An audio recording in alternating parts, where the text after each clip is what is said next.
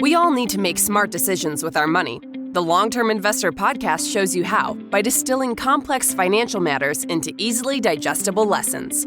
And now, here's your host, Chief Investment Officer at PlanCorp and the author of Making Money Simple, Peter Lazaroff. Hey, it's Peter here. I can't wait for you to listen to this episode. It's a rewind from the archives that listeners always are raving about, but maybe you haven't heard before. So I'd love for you to check it out. And don't forget, if you're enjoying the podcast, the best way to say thank you is to leave a quick review or forward an episode to a friend. Now, let's get into this popular episode from my Investing by Age series. By the time you're in your 40s, you're probably full-on adulting. You hopefully have established some financial goals, invested in your workplace retirement accounts, and set aside money for a rainy day. It's also more likely you've gotten married, bought a home, and maybe even had a few kids. Next comes the question of whether you've done everything you can for retirement. Because as you move into your peak earning years, it's all about making smart decisions right now.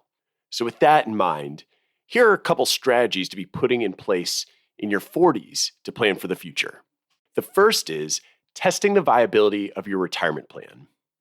It's important to check on the viability of your retirement plan throughout your accumulation years, especially if you haven't hired a financial advisor yet.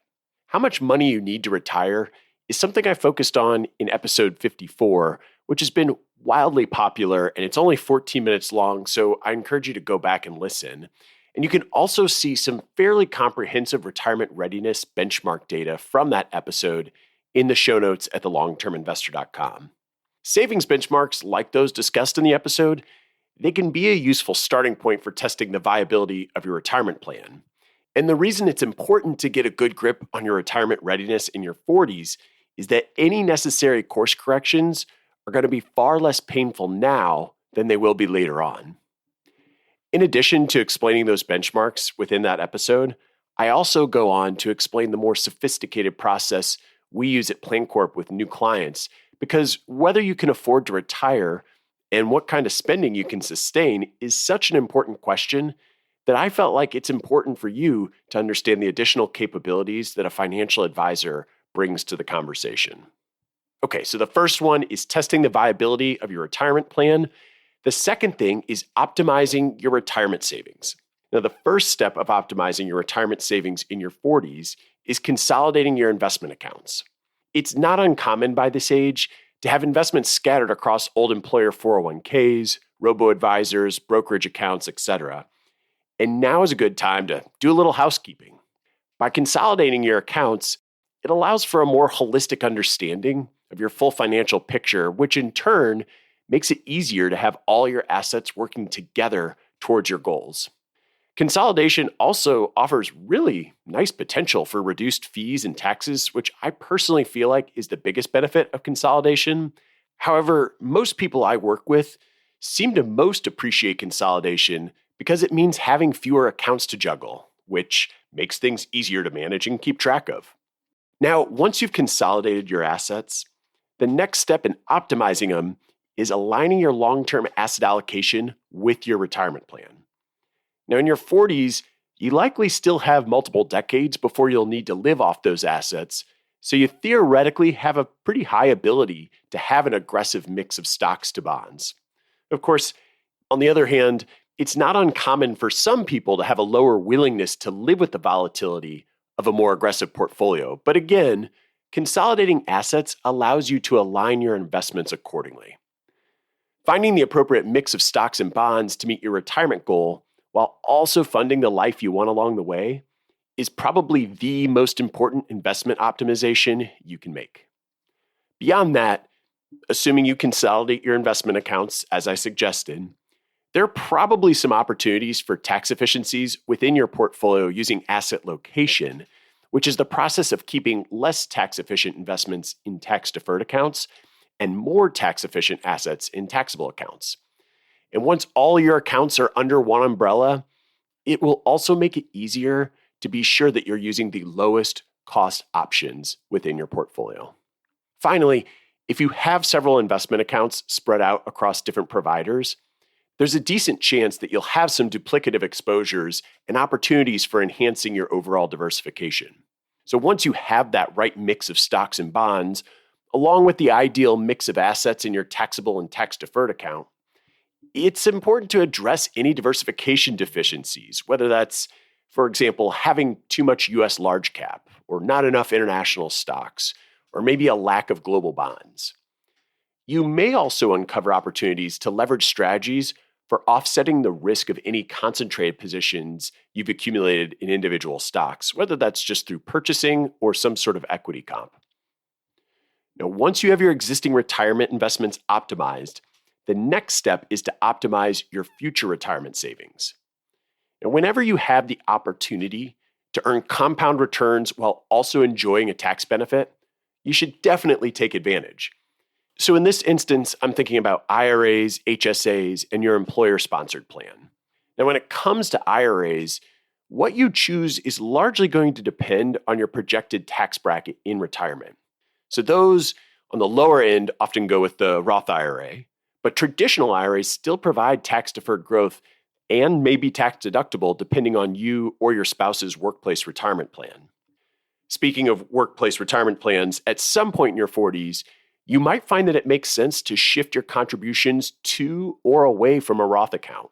Because these days, most people have both the traditional and the Roth options within their 401k plans or their 403b or 457 plans. While a Roth account in your employer plan is generally favorable earlier in your career, you're likely approaching, if not already past the point of that bucket really making the most sense for you. Unfortunately, there isn't some simple formula for making this determination, but it mostly comes down to whether your tax rate will be higher or lower in retirement than it is today. It's also important, as best as you can, to understand the potential impact of the different accounts through the lens of both tax savings today as well as tax savings in the future. I've always found a lifetime tax analysis to be useful in making this type of decision. So the first one, again, as a recap, the first thing is testing the viability of your retirement plan. The second thing is optimizing your retirement savings. The third thing is getting strategic with education savings. Now, aside from planning for retirement, the most common goal for investors with children is saving for their education. And there's a number of different vehicles to do this, but the best is a 529 savings plan. Contributions to a 529 plan grow tax deferred, and withdrawals are tax-free when used for qualified education costs. And a lot of states even offer a state income tax deduction on the contributions to a state-sponsored plan. So in your 40s, you should consider setting up automatic contributions to a 529 plan and invest in an age-based investment model. But it's important to remember that you shouldn't prioritize your children's education over your own financial well-being. Think about it. Kids can always take out student loans, but you can't really take out a loan to fund your retirement.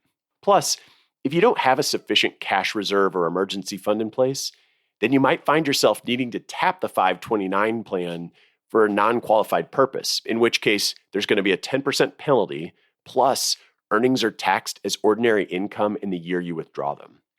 But if you're hitting your retirement goals and you have some sort of emergency fund in place, then the overall benefits of a 529 plan really make them a great vehicle to save for education costs. Like everything else in financial planning, there are personal circumstances that result in different 529 strategies for optimizing your education planning. And I think the most interesting strategies come into play if you send your kids to private school for elementary, middle, or high school, which I talk a little bit about in episode 52 if you want to go back and check that out. Other opportunities arise when someone has the capacity, after fulfilling all their other savings goals, to max out their 529, or maybe they've already accumulated such a sizable balance that they're on pace to fund more than 70% of their kids' college expenses through that account. In both instances, optimizing your 529 is a matter of capital allocation and tax minimization strategies that are probably a bit beyond the scope of this episode, but feel free to shoot me an email if this sounds like you and you want to dive into the specifics.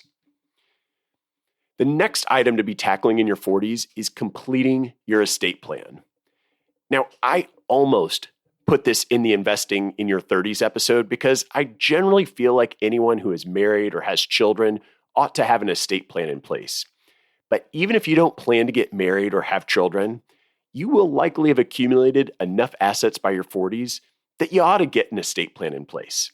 And there are 5 documents that you need. The first is a will, which is the crux of any estate plan because it distributes your property as you wish after death. Without a will, disbursements are made according to state law, which might not align with your priorities. In addition, a will names an executor to manage and settle your estate, as well as a legal guardian for any dependents. Now, since this is a legal document, it is crucial that your will be well written and articulated so that it's properly executed under your state laws. And I know a lot of people go online to try to do this cheaply, but there are a lot of disclaimers on those online document sites that make it very clear that the documents make no guarantee of complying with your specific state laws. The second document to get in place is a living trust. It's also known as a revocable trust. And these living trusts, they create a separate legal entity to own your property. Now, the primary benefit of a living trust is that your assets avoid probate, which can be very costly and time-consuming. And until the probate process is completed, your assets can't even be distributed to your surviving heirs. Probate can also interfere with the management of a closely held business or stock. And if you're concerned about probate documents such as your will and statements of assets and property becoming public record, having a trust in place generally prevents public knowledge of your estate. The third document is a durable power of attorney. This authorizes somebody to act on your behalf should you become physically or mentally incompetent to handle financial matters. So the person you designate in this role can pay bills, file taxes, direct investments, etc. on your behalf. Next set of documents is advanced medical directives. And this allows you to specify the medical treatments you desire in the event you can't express your wishes, as well as appoint someone to make decisions for you. Without this document, medical care providers must prolong your life using artificial means, if necessary. And there are 3 types of advanced medical directives. There's the living will, a durable power of attorney for healthcare, and a do not resuscitate order. The final document to get in place is a letter of instruction. This is a non-legal document that will typically accompany your will to express any personal thoughts and directions. Unlike a will, the letter of instruction remains private and its directions are not binding, but a lot of people like to do this. So estate planning, it's going to be a little different for everyone, but getting these 5 documents in place covers all the essentials. Now on to the last item for investing in your 40s, and that is hire an advisor. You don't need to overcomplicate your journey to financial success, particularly when you already have a mountain of responsibilities. Between high-pressure jobs, family obligations, managing the day-to-day errands and chores required of being a functioning adult, trying to maintain a social life and hobbies outside of work, they all add up. And it's okay to feel overwhelmed by your finances, but it's not okay to let that stop you from making progress towards your financial goals. And thankfully, you don't have to do this alone. Working with a financial professional can help you make smart choices about money so that you can achieve your goals and fulfill your values. And even better, a financial professional frees up valuable time for you to spend elsewhere. Of course, not all advisors will put your interests first, so it's important to find someone that always acts as a fiduciary. The most fail-safe way to ensure you work with a fiduciary is to ask your advisor to put that fiduciary commitment in writing. If your advisor isn't willing to do that, then you should probably seek help elsewhere. For all the action items in this episode, a financial advisor can both help minimize mistakes and optimize opportunities. Now, I'd suggested getting financial advice of some sort in your 30s, whether that's a robo-advisor, a human advisor, or some hybrid advisor. But these items that we're talking about in your 40s, they're complex enough that a human advisor is more likely the right fit. And that'll become more true as you age because the decisions become more complex and the stakes are higher. So hiring an advisor is an investment in yourself that can ensure you stay on the right path. That's all I have for this episode. Again, please visit thelongterminvestor.com to find show notes, past episodes, and a place to submit questions. Until next time, to long-term investing. Thanks for listening to the Long-Term Investor Podcast. To access free financial resources and submit questions to be answered on the show, visit thelongterminvestor.com. Peter Lazaroff is an employee of PlanCorp and BrightPlan.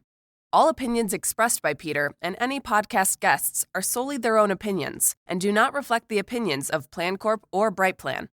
This podcast is for informational purposes only and should not be relied upon as a basis for investment decisions. Clients of PlanCorp and BrightPlan may maintain positions in the securities discussed in this podcast.